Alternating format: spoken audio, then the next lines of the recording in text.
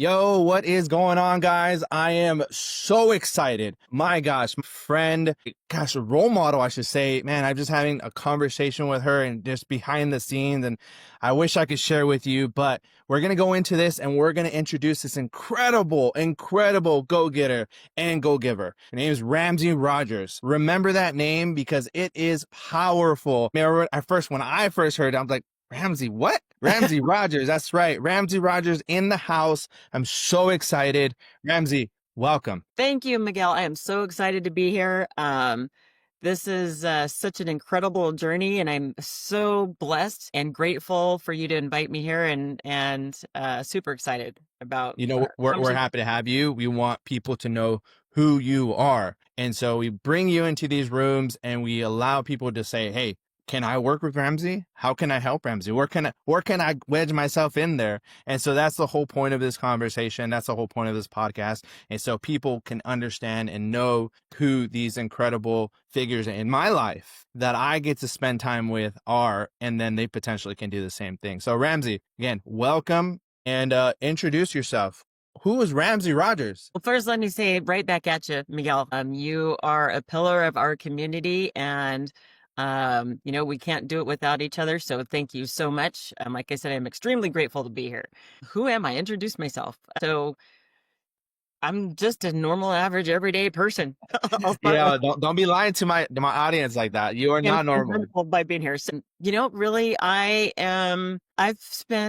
I'll start with maybe a little bit of my background and how I got to where we are today. So, aside from family and raising a couple of foster daughters and a couple of other, my stepdaughters, I'll say, the journey has been quite incredible from a very young age in growing up in a non-conventional family, but a very strict and structured family, and had a lot of opportunity to experience different cultures through life. So to be humbled and appreciative of the life that we had growing up as kids, my siblings and I.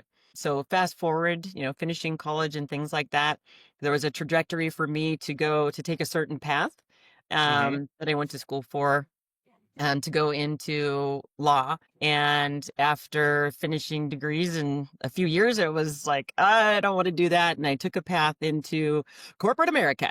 And I had 29, almost 30, didn't hit the 39 or 30-year mark, but built a very successful career in corporate America for over 29 years. Wow. And as a pastime, was also doing philanthropic work. So working with at-risk youth and survivors of human trafficking through organizations in the West Coast. And I will say that was some of the most rewarding work that I've ever done. So fast forward to 29 years in corporate America and some philanthropic work on the side.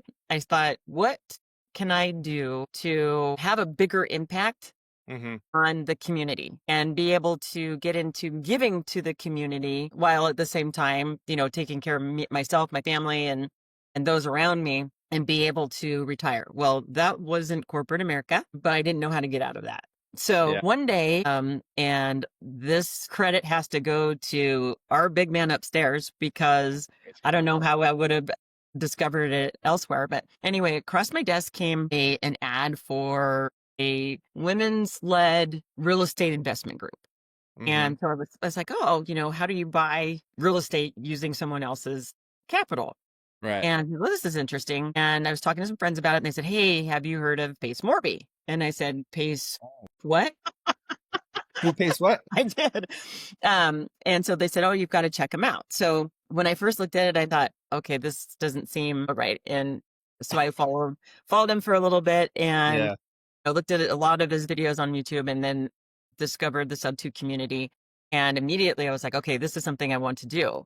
Thinking that, okay, I can set myself up for retirement in single family, but, getting some family rentals, single family homes for rentals, short-term rental. Then I get into the community and I was like, oh my gosh, I can actually start a business. Yeah. Not just single family rentals. And so after some education and things like that, I got into Owners Club and met our phenomenal community. I mean, I'm beyond grateful, and we are so blessed to have this community, and started learning about this thing called our Mount Everest. Yes. And so that means, what can we do? What do we want to accomplish? If I could do anything in life, what would that be? And I reflected on everything that I've done, just, building the career and the philanthropic work that I was doing. And I thought, well, I definitely, being in corporate America is not my end all be all. Yeah. So I realized that what I want to do is I want to provide safe haven communities and affordable communities to organizations that provide the services for individuals, so at-risk youth, at-risk and homeless youth, as well as survivors of human trafficking. Because those organizations provide services to help them transition into everyday life and become contributing members of society. And they need a safe place because, one, as you think about at-risk youth and homeless youth, they're on the streets, they don't have safety and shelter. Survivors of human trafficking are often still being hunted by their perpetrators, even when they are pulled out of the life, so to speak, on whatever avenue that is. And so them being able to have safe communities as they're getting services is extremely important to me. And that is my ultimate goal, is to build a portfolio large enough so that I can, and I'm going to use the word donate. I keep getting yelled at. It's like, you can't donate them. You have to, you have to at least sell them and for tax purposes, et cetera, et cetera. I said, fine, I'll sell them for $1. But being able to donate portions of the portfolio to those organizations. So that is my ultimate goal and where I want to take this. Wow. And Okay. so, yeah, I mean, I answered the question in a roundabout way, Yeah. but We'll dissect it. Don't worry about it. We'll dissect it. I got some notes here. We're going to pull it back. We're going to bring it back. Just expand on it. okay. And so what does that mean about, who am I? I am an individual that has spent 29 years building a career.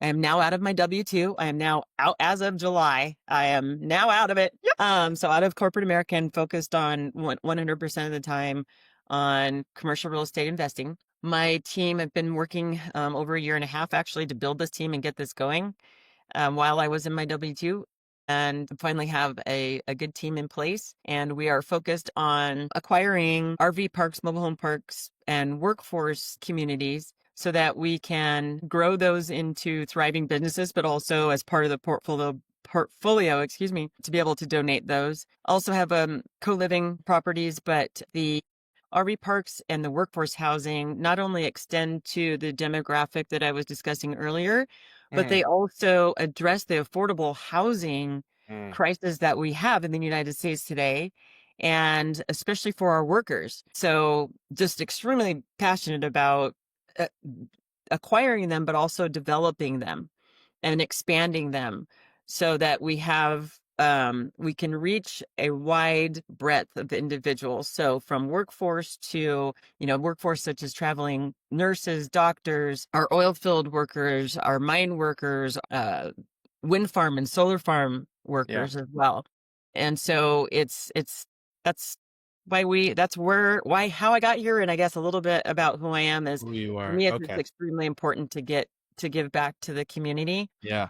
or give to the community, I should say. So okay, we're gonna take it back. Okay, we got a couple stuff to break down. You gave us a lot, which I appreciate.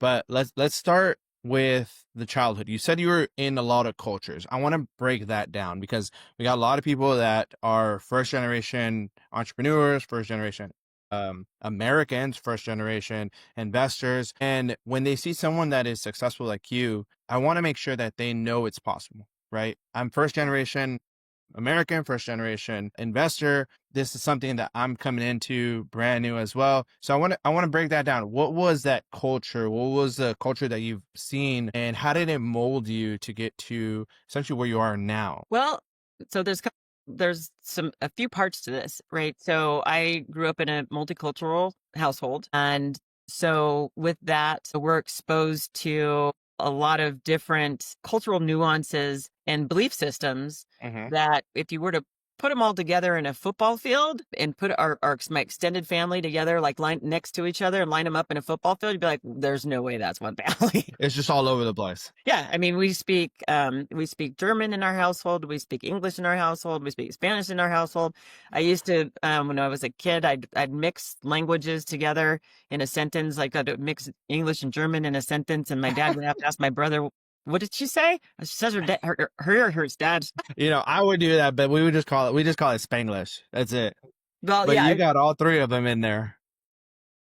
And so my father in his career, he traveled a lot. And Mhm. so he wanted to make sure that we were witness to other cultures out of the country. I mean, everywhere, within the country, out of the country, everywhere, whether it be extremely, high society or very impoverished communities. Mhm. And so in his travels, he would pull me out of school. I would have my lessons. I would take my lessons with me. I had to do my homework and things like that. But he would pull me out of school and I would travel with him to different areas so Wow. that I could see, when we're sitting at uh, in a five-star restaurant with white linens, that Yeah. we're appreciative because we've been handed a gift. Uh, As a child, we didn't work for that. It was handed to us, right? And yeah. so really having appreciation for those who had less than we did and to make sure that we cared about those who were less fortunate, whether it be from a monetary perspective or Yeah. whether it be from, special needs or what have you, but to have compassion and heart and for those who are less fortunate. And so those are the lessons and the things. Now, don't get me wrong. There was a point in my life when I was my first year in college, I was a brat. I was a spoiled brat. And it took my dad to, a few lessons from my dad to knock me down Mm. and really get back to the values that we learned as kids. Yeah. Man, that's such a And gift. That's such a gift to have a father or family that allows you to see the potential that you can have, right? Because he didn't just keep you at this lower level. He said, "Hey, I'm going to bring you up here and let you realize how incredible this can be, but I also want you to remember the humbleness and what it is to be in this position as well, and how it molded you to be a servant for the people, right? You've said it many times, I want to serve the community. I want to serve the community." And immediately my mind straight goes to, okay, who can I bring to you, Ramsey, that is doing something similar? And I have a couple names for you that I'll send you a text on. Like, hey, you need to connect with this guy. You need to connect with this person. Maybe you already connect with them, but I just want to make sure that I bring resources to you as I hear you and your story. And man, that's absolutely incredible. Absolutely incredible. I grew up in a very specific way too. My dad had his issues, his alcoholism, and so it put me in a lot of positions where it's like 11-year-old should not be. So I've seen some things, and it allows me to really see, though people may be in some addiction, yeah, they're still loving it. There's still love in their heart, because there's people that were addicted to meth that I yeah, was around that loved me as their own child. And it really let me see, man, these people are just struggling with that specific thing, but it doesn't take away the fact that they're still human and they still love. yes. And there's on the flip side in my upbringing as well, similar stories on my maternal side. And you learn the opposite of, there's not the glamorous side of what I was just talking about with my father, but the reality of, being told that when you reach certain milestones or you have certain goals and aspirations and you're told you can't do that, you won't be able to do that. Mm. But really seeing the fact that and having support on the opposite side of you can do whatever you put your mind to. And today we have so much opportunity that if you you're willing to put the work in, you can make it happen. It is so hard for folks to get out of their heads when they're hearing, well, there's no way you can do that. That's not the path you should take. The expectation is you should be doing XYZ. You should become an attorney. You should become a doctor.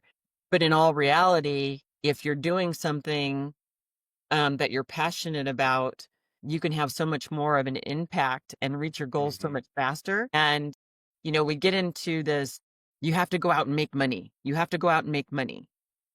So the question I have is, if you have an idea, why couldn't you make money at it? What would stop you? What stops you from taking the step? Oftentimes it's fear. And the fear is what can be paralyzing for you because the Hmm. fear of the unknown or the fear of uncertainty or the fear of failure. And Yeah. we all have it. It's a matter of getting educating yourself Yeah. whether it's reading or finding some mentors out there that can help you, help guide you, or counselors to help you get out of that mindset. If you have that spirit and you want to do the work, the community, not just Subtube, but the community as a whole can help you get there. There are resources out there. We have so much opportunity. And the fact that you and I are so blessed to be able to not only strive for ourselves and our families, but also for our communities. I love to mentor young ladies to help them get into, to business if they're interested in business. But from an entrepreneurial spirit, we're always told you can't do that. You're Mm, not going to be able to do that. You're a girl. You're a minority. You're whatever it is, whatever yeah. you're Yeah. this, so you can't do this, is just a falsehood. Yeah, absolutely. I mean, we were okay. I'm gonna give you guys a little tease. We were actually talking about this before we popped this on. We were talking about how we're created in God's image, and whether you're male or female, it does not matter. You still have that spectacular gift in you to do incredible things. You talked about that. You said something that I was like, yep, exactly. There's a spirit of fear in you that you need to remove. Mhm. And when you get around the right people, the vibrations, this is something I learned from Pace, because when I first was around this man, like actually around him, spending time with him, I was like, I can do anything, because Right? he set off this like this. There's nothing that can stop you, Miguel. There's nothing at all. Right? You Mhm. have everything. And now we're so blessed to be in the Sub 2 and Owners Club community where, my goodness, I don't know if you've seen my post, but we have this land deal that we're working on, and we got Loves the company to look at it. And it's like, I never in my wildest dreams would I have thought I potentially going to sell this piece of land to this giant company. Right? And it's such a huge opportunity, and it really, again, I'm first generation. I've only been in real estate for 2 years. That's it. My Mhm. background is engineering, and look at us, right? We're changing the world. You have an incredible Mount Everest that we'll touch in way more in a little bit, but man, I see so many people in our community that understand their Mount Everest and are going to change the world. And I'm so happy. I'm so happy and so blessed to be able to spend time with people like you, people like Pace, and our community, our pod, and it just gets me excited. And it tells me that anyone can do this. Just like you like to mentor. I love teaching people. I love the one-on-one. I love being able to pick your brain and figure out what is it that is stopping you and removing it. Not through me, but his words, and just give them encouragement. Yeah, and that to your message there is whatever, whomever, or whatever an individual's God is, Mm, that if it's leading you, that your belief system is your faith and your belief system can guide you and lead you if you take a minute to connect, center, and ground yourself and really see the messaging that is behind that is coming towards you. And it doesn't necessarily mean that it's sitting in church listening to the mhm, message. mhm, It's the environment around you. It can be a message by, I can't think of an example right now, but you might trip over a shoe or something that is representative of the path that you're going down, yeah, or a reminder to tell you you can do this, and you just need to center and have confidence and faith in yourself and whomever, or your God. yeah, um, and so I think faith is something that I truly have a foundation in, and think that I would be where I am and have had the journey that I've had and that I'm continue to be on without it. yeah, absolutely. God has brought all of the fortunate success and the community and everything that's in my path to me. And Yeah, so it's up to me to capitalize on that, I guess. I'll yeah, say capitalize on that. yeah. No, I love that. I love that. And you talked a little bit, because I came from, again, engineering, you came from corporate. I'm curious, how do you implement, or even if you do implement, a lot of what you learned in those 29 years into your business now? Because you've seen some stuff, right? I mean, early 90s, or sorry, late 90s, coming up to like now, it's 30 years is a long time, and it's been a heck of a change even from like, right, you think about 2008 to now, Hmm. never would have seen it. So tell me, how do you take all that great knowledge and put it into real estate or business or your Mount Everest? So, from the regards to the Mount Everest, is the aha moment for me in with the building the Mount Everest was just from the background and the work that I've done, the philanthropic work that I've done in the past, and is how do I take that and make it bigger and have a bigger impact. From a career standpoint in corporate America, I've had a vast amount of experience now. If you were to look at my LinkedIn, I don't really use LinkedIn too much, but so I've worked in extremely large enterprise size companies, startup companies. I've had my own startup companies, all of which are still thriving, that kind of thing. And so coming into real estate, because it's a very different animal, less structure. We have to build our own structure. And so taking some of the lessons that I learned, both lessons that there's no way I will do business in certain ways, Mm-hmm. to wow, these are some awesome lessons I learned that will stay with me in life. Yeah. And so making sure that the things that I have learned align with, my core values, and the people that I surround myself align with my core values. Now, I'm not an expert at that yet. It's still, I'm learning the hire slow, fire fast.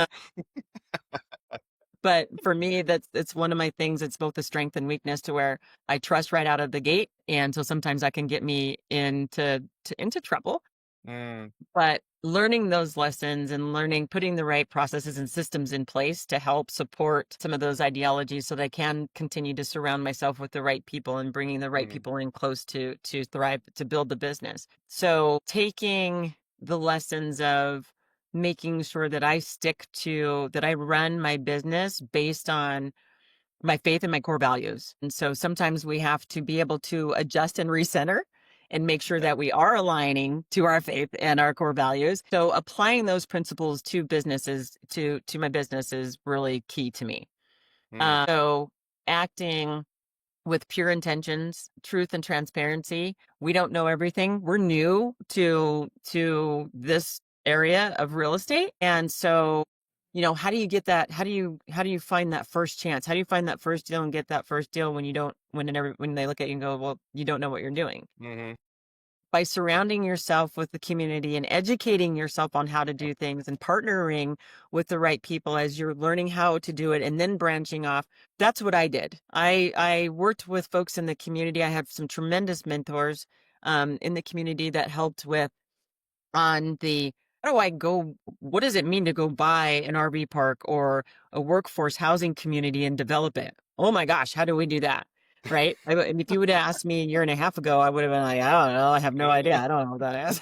So by educating, reading, joining the mentorships, learning Mm, from my mentors, and continuing to learn from my mentors. I hope I have mentors until the day that I transition. So applying those principles to my work and being very steadfast and hold to those is key. And I would say that's how I apply it to my business, I love that. by surrounding yourself by the right people with the right core values, with the right work ethic. Mm-hmm. When we're starting out, this isn't something that you walk in and go, okay, I'm going to clock in at 8 o'clock and clock out at Yeah. 5 o'clock. It's just not like that. Yeah. So the work ethic is very important, and the drive and motivation, and motivating and incentivizing those that you want to surround yourself with. Things positive, because you're always going to have challenges.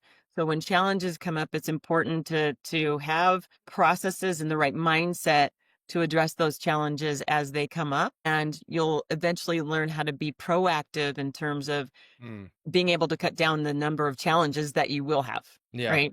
Yep. How to address them quickly. Yeah. It's Pace talks about this a lot, right? You mess around and find out. You mess around and find out.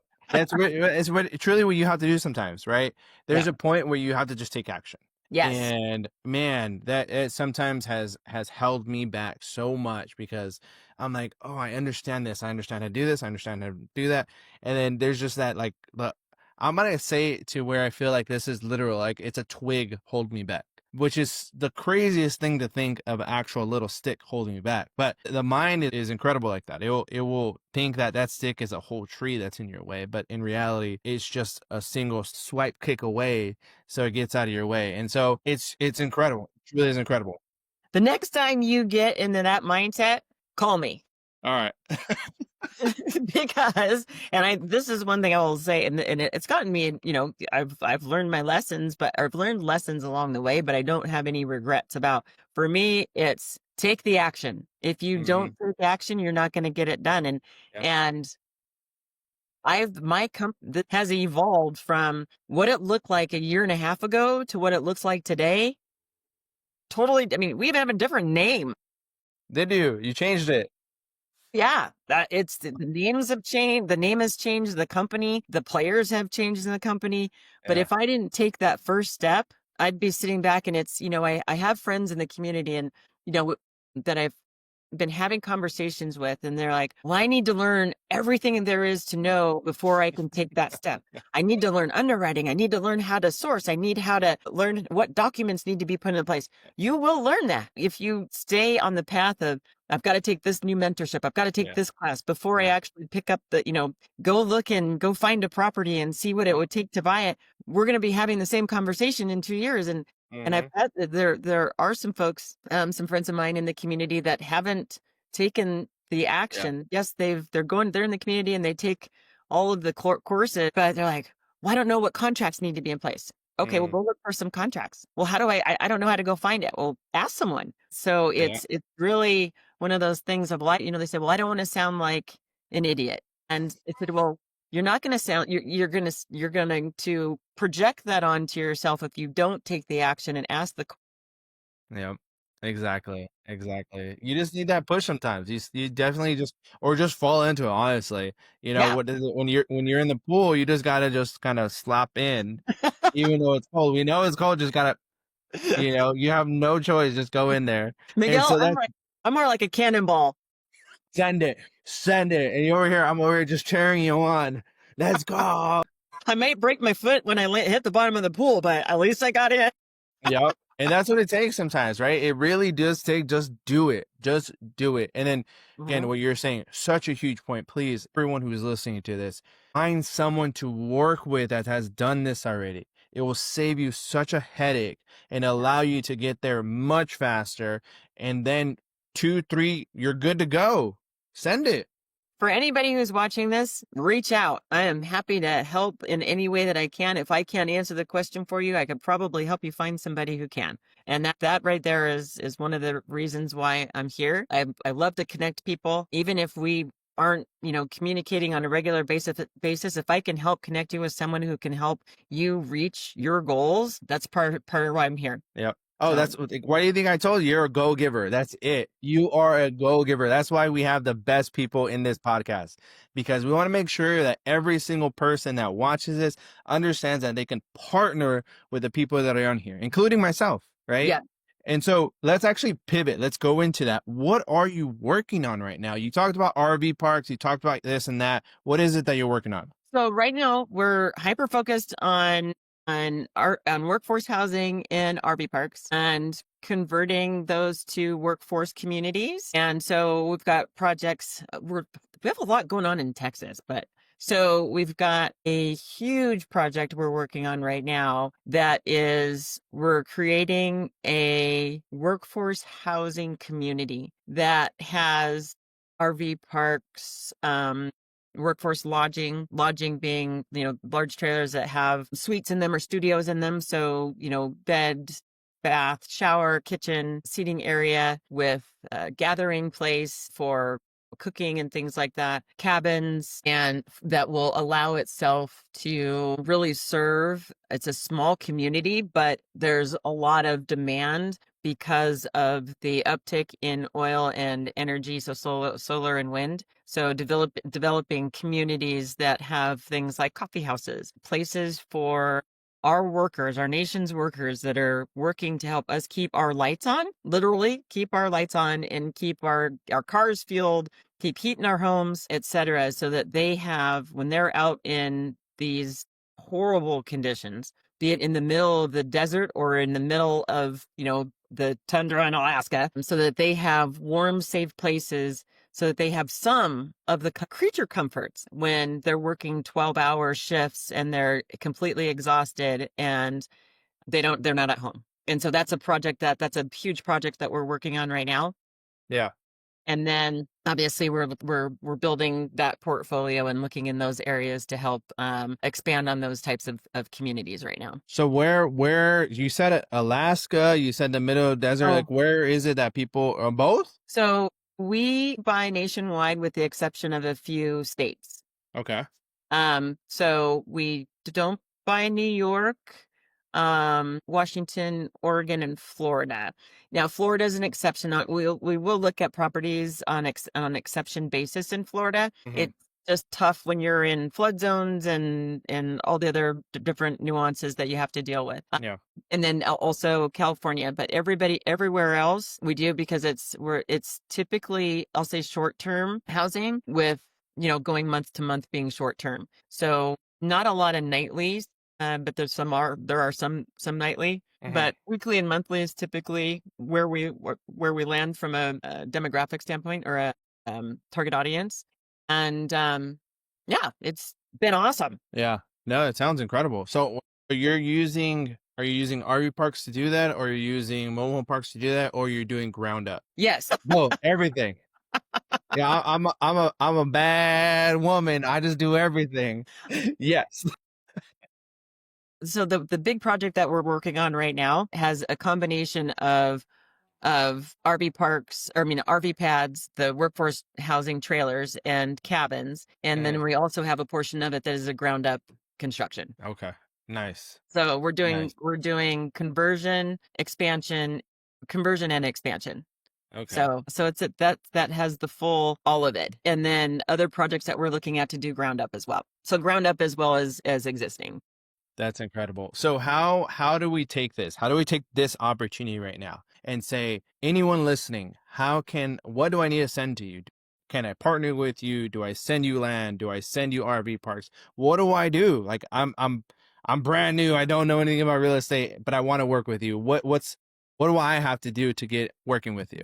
Anybody out there listening can there are a number of different ways.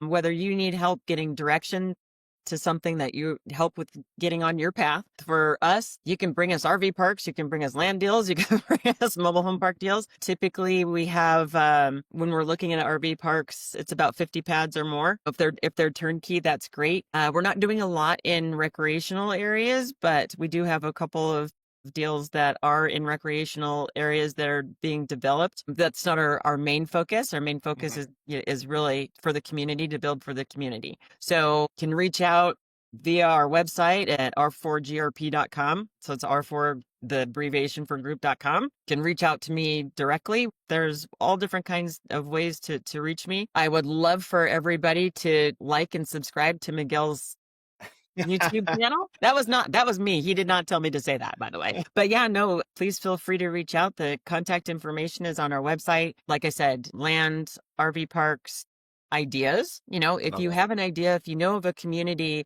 that would be well served by what we're trying to do, what can we do to come in and to help develop that community? Be it an RV park or tiny homes, cabins, trailers. So it all just depends on the area and what the demand is for in the area. And so, developing that towards that demand versus, just coming in and assuming, oh, we're going to go drop an RV park in the middle of, I don't know, New Mexico, and we have no idea what's happening in the areas. That's incredible. Yeah. All the links, everything, your information will be available on the information on the bottom of the YouTube video. So if you want to reach out and you have ideas, you have land, you have something, I'm sure, boots on the ground. I think you need that, right? Yeah. We spend a lot of time flying. I was going to save you some time. We have a big group. Well, not a big group. We have a good team, but we're all globetrotters right now, and that's great. We love it, but if we have boots on the ground and to cut that down so we can scale and grow even more, it's even better. Yeah, yeah. You utilize the things that are already working for the people in the community. Pace is pushing on that, right? Mhm. Deputizing people that are on the ground, that are there, ready to do the things that they don't have to fly someone out to do. You can now do it. I love that. Let's finish this off. Mount Everest. Again, Mount Everest is that 5 to 10 year goal that we just have in our heart, and it's our big goal that directs us to everything that we're doing right now. What is it, and how is it affecting your business in a positive way, obviously? My Mount Everest is to build a large enough portfolio that we can take portions of that portfolio and donate them to organizations like Rockers Against Trafficking and COBS here in Idaho, but and like photo charities that's in San Diego that works with at-risk and homeless youth, to be able to donate portions of the portfolio to those organizations who are providing services to at-risk and homeless youth, as Mm, well as survivors of human trafficking. I So love that. in 10 years, what we have projected is when we hit 25 million, that we will start to be able to, that'll be the first milestone of being able to start those donations. But I love it. I want to build this into so that I can leave a legacy that will continue to build on that dream and continue on that path. So how do you do that? I know that was something that I need to know. What is the legacy piece that you're leaving behind? So when you transition and you go to the good Lord, what is it that is left behind? A company that is intact, that has a process and a system in place that continuously and in an educated way goes through that donation process and works with those organizations hand in hand and partners with them to provide that safe haven housing. So that's, I want that to continue to thrive, whether it's through allocation of trustees or family members, but I want to have the company to continue to run when I'm long gone. Yeah, I love that. I love that. Ramsey, thank you so much. I appreciate this time so much with you. And I hope those who are listening on YouTube that they appreciate Ramsey and understand that we're human. Okay. Don't think we're anything. We're human. We're flesh and blood. But it takes work. It takes work to get to this point, and teamwork at that, right? We're not the shark eat shark persons. We're not any of that. We are collaborators. Yes. Collaboration is key. Collaboration over competition is always the thing that we're pushing on. And so, Ramsey, thank you so much. I will share all her links down below. You can see them. You can reach out to Ramsey if you have any questions. Please reach out to her and blow up her inbox. Thank you, Miguel. It was absolutely a pleasure to be here. I'm so grateful, and grateful doesn't describe it enough. So I appreciate you, and I appreciate everybody, all of you out there, and our community. And I just have to really, I thank the Lord for putting us here. All right, guys. I appreciate you guys. We'll see you guys later. Bye.